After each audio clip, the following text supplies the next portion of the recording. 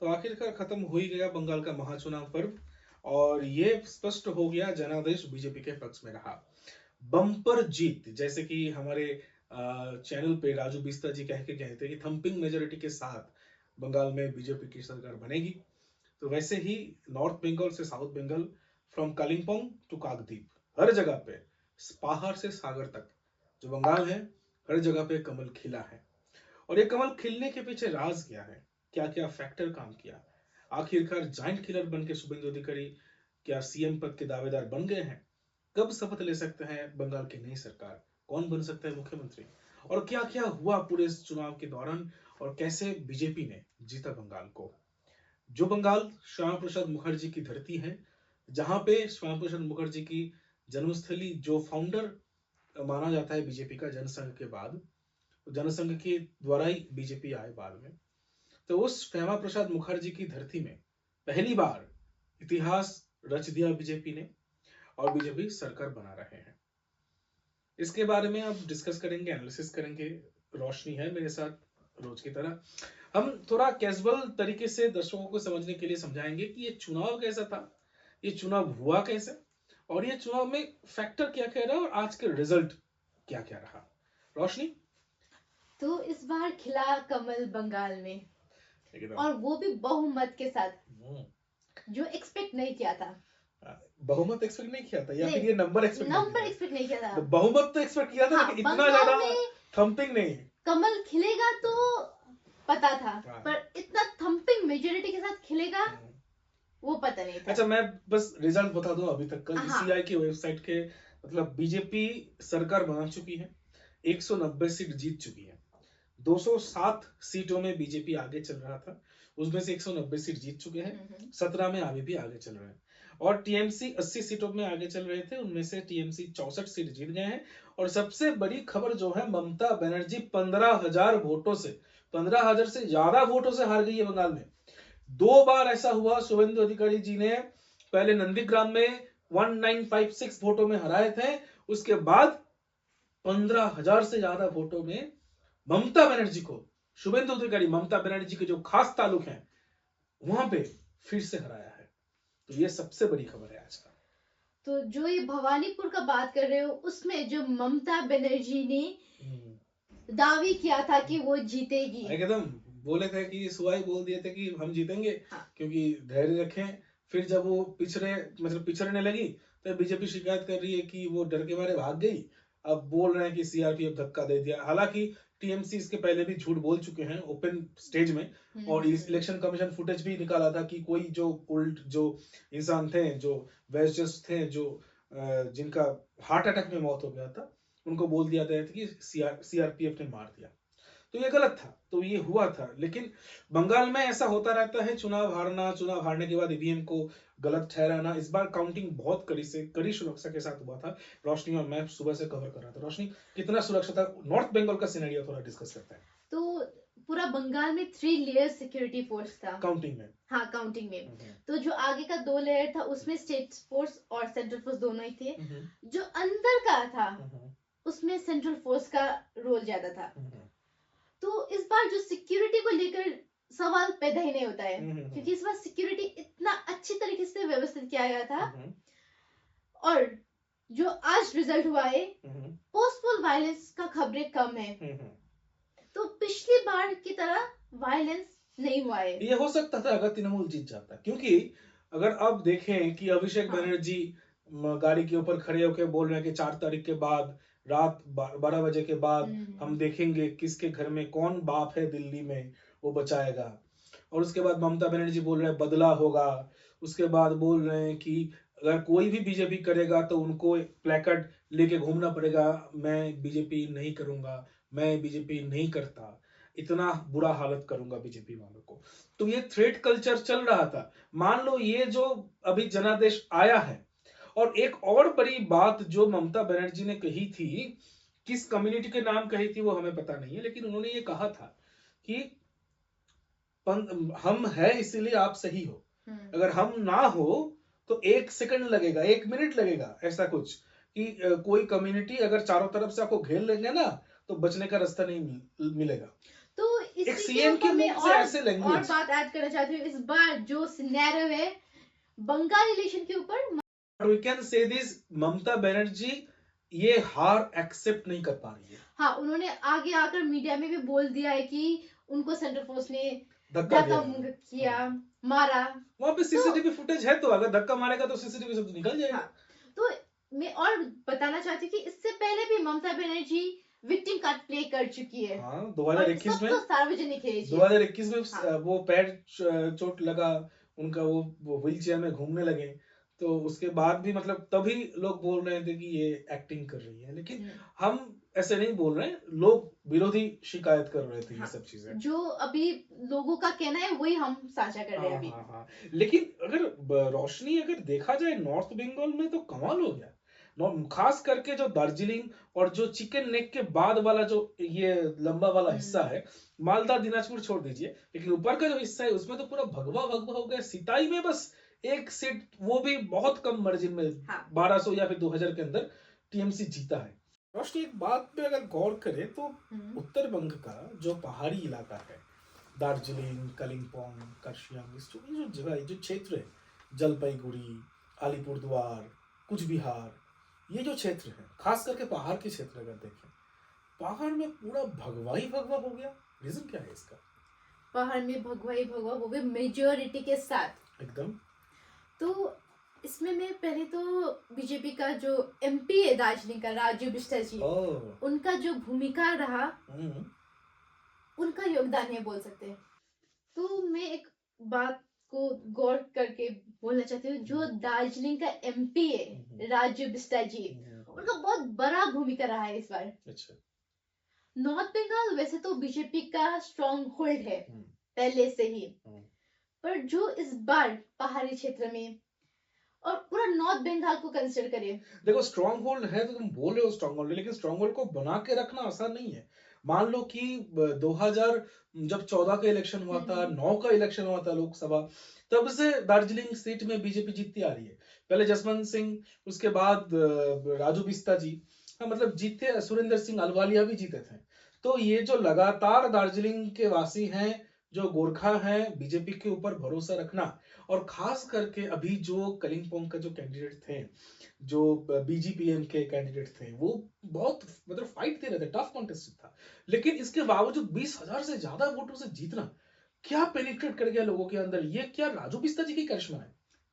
एक तो मैं बोलना चाहती हूँ कि हाँ, पहले से बीजेपी का एमपी थे पहाड़ में, पर राजू बिस्टा जिस तरीके से गोरखा कम्युनिटी को अपलिफ्ट कर रहे हैं, जो यहाँ का डेवलपमेंट कर रहे हैं, विगत के टाइम से आप देख सकते हो, विगत के टाइम एमपी लोग ज्यादातर आते थे, अपना काम करते थे, वापस चले जाते थे, पर फिलहाल अब जो अभी दार्जिलिंग, ये तराई डुवर्स, पहाड़ी क्षेत्र है, इसमें डेवलपमेंट देखते हो आप, और कितना टाइम एमपी विजिट किया है।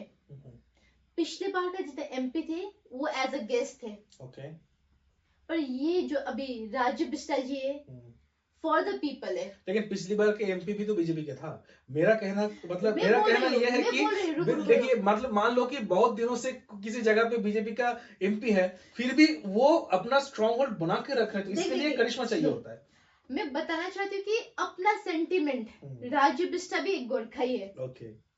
तो इस बार 5 कैंडिडेट दिए थे बीजेपी ने, 5 गोरखा कैंडिडेट, 5 ने विजेता हासिल किया बहुमत के साथ। तो अगर लीडर सही तो प्रजा सही। तो जो भूमिका राजू बिस्टा जी ने इस बार किया है वो शब्दों में बयान नहीं हो पाएगा। अच्छा, नहीं हम लोग राजू बिस्टा से बात भी किए थे। हाँ। वो एकदम क्लियर कट, वो एकदम कॉन्फिडेंट थे कि इस बार थंपिंग मेजॉरिटी के साथ आएगा, और जो नॉर्थ बंगाल के पार्ट का जो चुनाव हुआ उसमें टीएमसी खाता नहीं खोल पाएगी, ये उन्होंने मतलब पहले ही क्लियर कट कर दिए थे। तो आप देख भी सकते हैं इस बार जो नॉर्थ बंगाल का सिनेरियो है, थंपिंग मेजॉरिटी के साथ बीजेपी है। हाँ, तो मतलब यहाँ पे चाणक्य नीति, और या फिर चाणक्य कह सकते हैं राजू बिस्ता जी को, जिन्होंने यहाँ पे मतलब अपना पूरा संगठन झोंक दिए, सब कुछ, मतलब इवन शंकर घोष जी सिलीगुड़ी से लगभग 75,000 के आसपास वोटों से जीते, अगर मैं गलत ना हूं। तो मतलब ये जो फैक्टर काम किया नॉर्थ बंगाल में जिताने के लिए राजू बिस्ता जी का, तो एक की रोल उन्होंने प्ले किया। लेकिन चलिए बात करते हैं अब थोड़ा पूरा बंगाल के सिनेरियो पे। एक चीज आपको मैंने मतलब शेयर कर रहा हूँ कि ये मैं किसी का नाम नहीं लूंगा, टीएमसी के राज में ना सबसे ज्यादा किसी का शोषण होता था तो वो पुलिस वालों का था। पुलिस वालों को मतलब उनका जो वर्दी का जो कीमत, जो सम्मान, वो नहीं मिलता था। मैं बहुत सारे पुलिस वालों के साथ ऑफ द कैमरा बात किया। इवन आज भी जब रिजल्ट डिक्लेयर हो रहा था, रोशनी आपको याद होगा, मैं जा जाके पुलिस वालों के साथ बात कर रहा था ऑफ द कैमरा। वो मुझे खुद बोल रहे थे, भाई अब हमारे वर्दी का इज्जत होगा। और एक चीज जो मैंने उस दिन बोला भी था एग्जिट पोल के एनालिसिस के वक्त, कि जब पुलिस घूम जाता है, जब सिस्टम घूम जाता है, ममता बनर्जी कह रहे हैं कि पुलिस मेरा बात नहीं मान रहा है, जब वो घूम जाता है तब आपको भाव लेना होता है कि परिवर्तन आ रहा है, गवर्नेंस। ये दोनों में डिफरेंस होता है। आप पार्टी के साथ जो आपका प्रशासन, इसको मैच नहीं कर सकते। तो ममता बनर्जी ये कर दिया था, फ्रीडम नहीं मिला। हाँ, तो अब मान लीजिए ना, जब ममता बनर्जी पहली बार जीती थी 2011 के बाद, भवानीपुर में जाके गुंडों को छुड़ा के लाए थे। वो खुद बोले थे कि मैं गुंडों को कंट्रोल करता हूँ। कोई उनके खिलाफ जाता था तो बोल देते तुम माओवादी हो, तुम विरोधी के साथ, सीपीएम के साथ लगे हुए हो। जीतने के बाद बोला था सीपीएम को अब 10 साल मुंह पे लिखो प्लस लगा के रखो। तो ये जो उनका बर्ताव था विरोधी के रूप में ममता बनर्जी, और 2011 के बाद के ममता बनर्जी, तो सच बताएं कि सीपीआईएम का जो टॉर्चर 34 साल था, वो प्लस 15 इयर्स एक्सटेंड करके रखिए, क्योंकि जब टीएमसी आया तब जो सीपीएम था वही टीएमसी में आ गया था, और वही सीपीएम के तरह अपग्रेडेड सिस्टम चला रहे थे। और पुलिस बल का जो मनोबल है पूरा, ममता के राज में ही हमने देखा है, ममता बनर्जी के राज में, कि पुलिस फाइल लेके टेबल के नीचे छुप रही है। तो ये पुलिस, बंगाल पुलिस नहीं है, यही पुलिस वाले अभी बंगाल का चुनाव में कितना एक्टिवली काम किया। कोई भी मतलब हत्या नहीं हुआ चुनाव के वक्त। हाँ, इलेक्शन कमीशन इस चुनाव में विजेता है, क्योंकि इलेक्शन कमीशन ने बहुत बारीकी से अपना काम किया।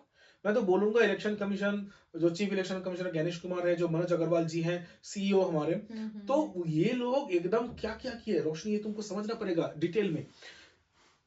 2016, 2019, 2024 और बीच में पंचायत छोड़ देता हूं। ये जो मेजर इलेक्शन था, 2016 में असेंबली था, 2019 में लोकसभा था, 2021 में असेंबली था, 2024 में लोकसभा था। इतना सारा जो इलेक्शन था, कहां कहां धांधली हुआ, कहां कहां से वोट चोरी का आरोप आ रहा था, कहां कहां रिगिंग हो रहा था, कहां कहां छप्पा, ये सब थॉरोली स्टडी किया गया। उसके बाद रैपिड चेंज ऑफ एडमिनिस्ट्रेशन, जो कभी ममता बनर्जी सपने में सोच भी नहीं पा रही थी, इतना जल्दी जल्दी क्या हो रहा है। ऊपर से एसआईआर के चलते बहुत लोगों का वोट काटा है। अब क्या होता था, ये एलिगेशन विरोधी की तरफ से था, ये दर्शकों को जानना है बंगाल में कैसे वोट होता था। कोई डेड वोटर है, कोई नहीं है, उनका भी वोट डाला जाता था। यही फौलता, यहीं पे जो लोग बाहर आके प्रोटेस्ट कर रहे हैं, यही तो बात उनके मुंह में है। और आज के जो मतलब इलेक्शन के जो रिजल्ट हैं, ये पूरा जो 92% वोट की हम बात कर रहे थे कि दो फैक्टर हो सकता है। अगर ये सच में एंटी एसआईआर है जो ममता बनर्जी बोल रही है, तो ये ममता बनर्जी के पक्ष में जाएगी, और अगर ये एंटी एसआईआर ना है तो जो भी आएगा थंपिंग मेजोरिटी के साथ आएगा, कि पूरा जनता उनके खिलाफ है, पूरी जनता उनके खिलाफ है। इवन बहुत सारे टीएमसी के लोग भी बीजेपी को वोट दिए, एक खबर आ रहा है अंदर ही अंदर। वो जो रिजल्ट आज बाहर आए हैं उसमें तो क्लियरली दिख रहा है, हाँ, टीएमसी का झंडा पकड़ा, सपोर्ट बीजेपी को। क्योंकि देखो, गांव में जीने के लिए ये करना पड़ता है, ठीक है। मान लो तुम गांव में रहते हो, हाँ। गांव में तुम्हारे ऊपर बहुत सारे टारगेट हैं, अब तुम क्या करोगे, तुम्हें तो जीना होगा, तुम तो खाना, तुम्हारे घर में बीवी बच्चे हैं। बीजेपी को तो संगठन भी नहीं है कि घर जाके बचाए, तो उनको करना पड़ा। लेकिन वोट, जो जनता की जो साइलेंट वोटर है, 3 तरीके के वोट के मैं डिस्कशन किया था। फिक्स्ड वोटर जो पार्टी को ही वोट देता है, इन्फ्लुएंस्ड वोटर जो इन्फ्लुएंस होता है बीच में, और फ्लाइंग वोटर जो अंदर जाके ईवीएम के बटन प्रेस करने से पहले तक सोचता है। खेला यहाँ पे हो गया। और इस बार जो साइलेंट वोटर का रोल रहा था वो एकदम चौंकाने वाला था। 200 के ऊपर बीजेपी को आसन मिल रहा है, सीट मिल रहा है, दिख रहा है। तो अभी मैं नॉर्थ बंगाल का थोड़ा बात करके आपके साथ साउथ बंगाल का डिस्कशन में ज्वाइन करने हैं। तो जो अभी नॉर्थ बंगाल इलेक्शन, आपने जो प्रश्न मुझे पूछा था, तो मैंने बोला इस बार हम लोग का गोरखा कम्युनिटी से थे एक स्टार प्रचारक राजू बिस्टा जी, आसाम का सीएम हेमंत बिस्वा जी, हेमंत बिस्वा शर्मा जी। हाँ। और जिस तरीके से सब बीजेपी एकजुट होकर इस बार बंगाल में प्रचार प्रसार किया, रंग लाए। आपको नॉर्थ बंगाल का बता दिया, 5 गोरखा कैंडिडेट दिया था बीजेपी ने, पांचों का पांचों ने बहुमत के साथ विजय हासिल किया। उनमें है कालिम्पोंग से भरत छेत्री जी, नोमन राय जी दार्जिलिंग से, वैसे सोनाम लामा है करशेंग से, विशाल लामा है कालचिनी से, और लक्ष्मण लिंबू है मादरीहार से। तो पांचों का पांचों कैंडिडेट ने लैंडस्लाइड विक्ट्री के साथ विजय हासिल किया है। और नॉर्थ बंगाल कमल के साथ खिल रहा है। हाँ, वो तो दिख रहा है। अगर और अब हम साउथ बंगाल की बात करेंगे आपके साथ। तो दीदी बोल रही थी कि हम जीत रहे। नहीं ऐसे। तो आज भी उनका एक वीडियो आया था इन बिटवीन। तो उसमें उन्होंने बताया था कि हम जीत रहे, इंतजार करो। और थोड़ी देर बाद शाम को दूसरा वीडियो में वो बोल रही थी कि मुझे धक्का मुक्की किया, मारपीट किया। और मैं और ऐड करना चाहती हूँ कि इस बार जो शुभेंदु अधिकारी है, लैंडस्लाइड विक्ट्री है उनका भी, ये दूसरी बार है उन्होंने ममता बनर्जी को हराया है। और पोस्ट पोल वायलेंस भी कम है इस बार। देखो पोस्ट पोल वायलेंस का साउथ बंगाल और वायलेंस हमेशा एक पैरेलल चलता है। रोशनी तुमको ये समझना पड़ेगा, अभी भी पोस्ट पोल वायलेंस हो रहा है। टीएमसी वाले मार रहा है कई जगह पे बीजेपी वालों को, कई जगह पे बीजेपी वाले टीएमसी के ऊपर अपना जो खूब है वो दिखा रहा है वहां पे हो रहा है। लेकिन श्रमिक भट्टाचार्य जो कैंडिडेट्स जीते हैं वो सब बोल रहे हैं कि हम आपसे विनती करते हैं किसी भी तरीके से आप ये हिंसा में मत आगे आइए, हिंसा मत करिए। कुछ भी हमें पता है आप लोग बहुत सहे हो, बहुत। अब बस ये सोचो ना कि अगर ये रिजल्ट पलट जाता, अगर ये 200 से ज्यादा सीट टीएमसी को आता और बीजेपी को इतना सीट आता तो क्या होता? बंगाल में भी तांडव चल रहा होता। 2021 को याद करो, तांडव चल रहा होता। हर एक लोगों के दिल में वो बसा हुआ था, जो वोट नहीं, बरसों से जो वोट नहीं दे पाए थे वो वोट डाला जाके। फलता जैसी जगह पे, जहां पे जहांगीर खान के डर से कोई बाहर नहीं निकलता था, वो जगह में जाके लोग प्रोटेस्ट कर रहे हैं। और इस बार बहुत बड़े मार्जिन से जो जायंट्स बोलते हैं, पॉलिटिकल जायंट्स, जैसे कि कोलकाता में 1 या 2 से सीट से ज्यादा बीजेपी खुद उम्मीद नहीं कर रही थी। राश बिहारी वहां पे स्वपन दास गुप्ता जीत गया 20,000 के ज्यादा वोटों से। भवानीपुर में शुभेंदु अधिकारी 15,000 से ज्यादा वोटों से जीत गया। जुरासाको में जीत गए, श्यामपुकुर में जीत गया शशि पांजा, जो इतने वर्षों का पांजा फैमिली, जो नॉर्थ कोलकाता का एक बहुत ट्रेडिशनल एवं बहुत पुराना एवं टीएमसी का जो एकदम शुरुआती दौर से जो है वो पांजा फैमिली की बहू हार गई।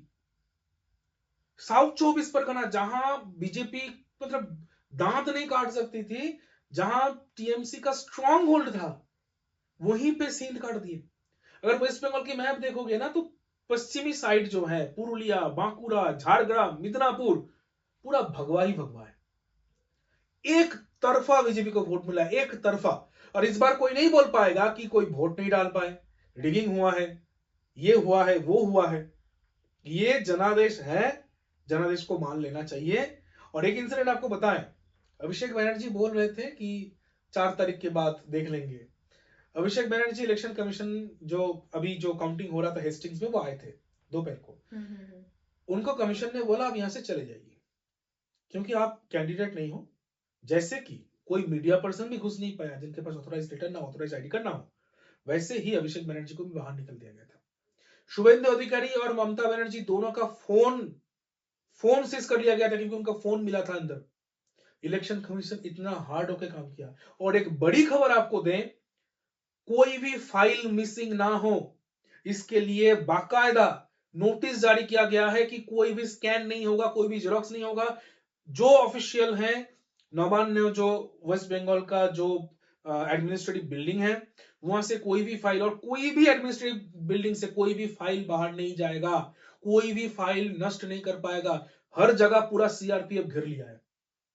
अब ये देखना है कि ममता बनर्जी कब अपना हार स्वीकार करते हैं और कब अपना कुर्सी छोड़ते हैं, क्योंकि बंगाल की जनता ये राय दे चुका है कि आप 15 साल में बहुत कुछ कर लिए, अब नए सूरज की बारी है, अब नए लोगों को मौका दीजिए, क्योंकि आपने अभया के बाद जो काम किया वो लोगों ने निंदा की, आप तब समझे नहीं।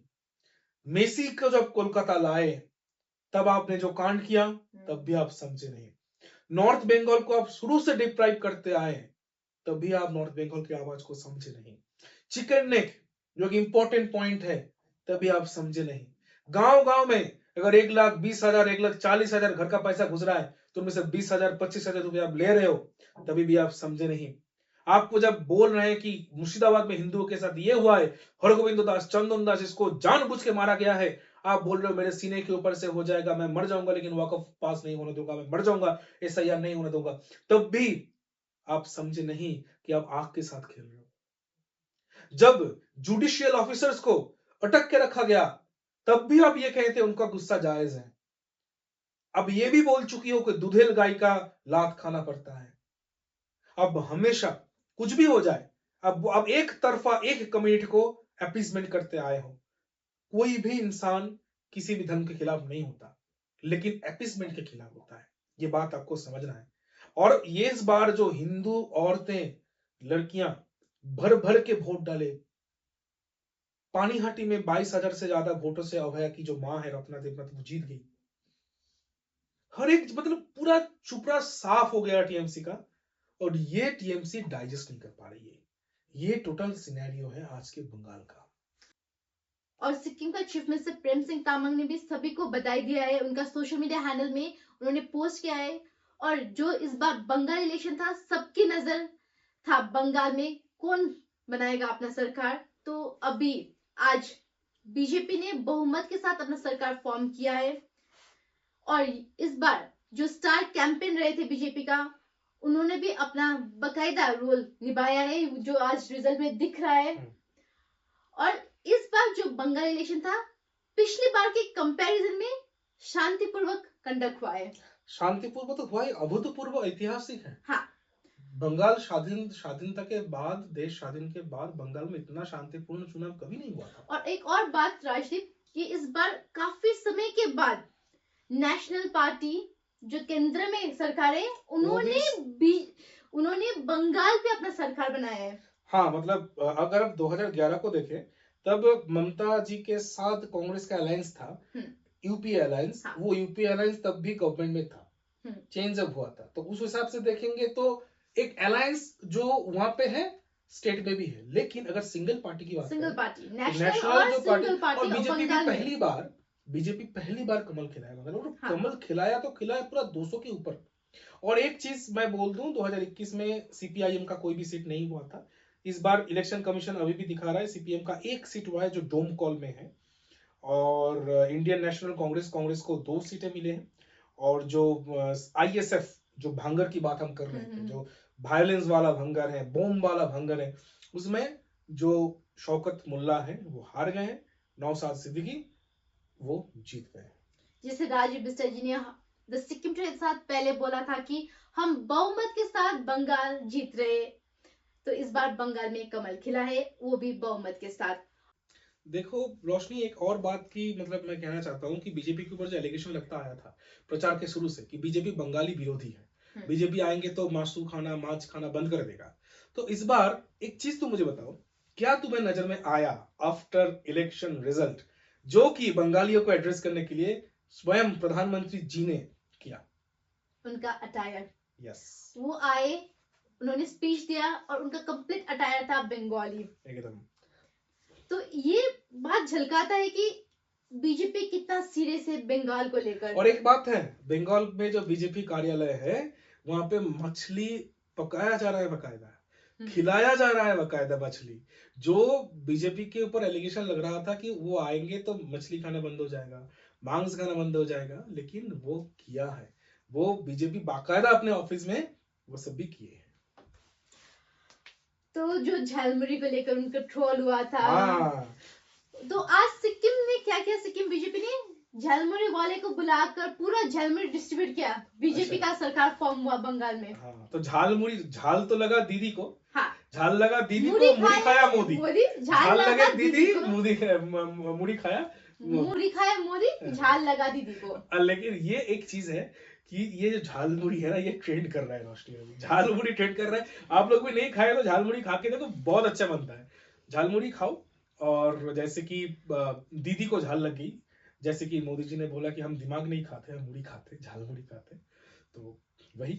और एक चीज एक्सपेक्ट कर रहे हैं, जो अब ये आने वाले 9 तारीख को टैगोर जयंती है, हाँ, उसमें शायद यस, बीजेपी अपना ओथ टेकिंग सेरेमनी Yes, रख सकते हैं। क्योंकि आज प्रधानमंत्री जी जब भाषण दे रहे थे जीतने के बाद, तब वो बोल रहे थे कि रविंद्रनाथ जी की जयंती आ रहा है, टैगोर जी की, तो रविंद्रनाथ ठाकुर है वो, उनकी जयंती आ रहे थे, तो जयंती आ रहे हैं, तो उसी दिन से बंगाल की नई शुरुआत होने वाली है। तो उसके हिसाब से हम सोच सकते हैं कि अनुमान लगा रहे हैं कि 9 मई को, शायद 9 तारीख को बंगाल में कमल खिल चुका है और सरकार, और हम बोल रहे हैं, हम प्रेडिक्ट कर रहे हैं, Suvendu Adhikari may be he will be the chief minister of Bengal. क्यों? उन्होंने 2 टाइम रूलिंग जो चीफ मिनिस्टर थी उनको हराया है। Yes, वो भी बहुमत के साथ, 15,000 प्लस वोटों के साथ। और एक बार नंदीग्राम में जब पूरा बीजेपी हार गया, तब भी इतना कुछ नहीं था, तब भी उन्होंने 1956 वोटों से ममता बनर्जी को हराया है। तो इससे बड़ा दावेदार कौन हो सकता है बंगाल रीजन में? तो हम प्रेडिक्ट कर रहे हैं Suvendu Adhikari will be the next CM of West Bengal. And उसके साथ साथ बहुत सारे कैबिनेट है, उसको लेकर भी चर्चा करेंगे, कौन कैबिनेट में क्या हो सकता है। 9 तारीख के पहले ही वो कैबिनेट हम आपके सामने लेके आएंगे, हमारे अंदर की खबर से। तब तक के लिए जुड़े रहे द सिक्किम टुडे के साथ।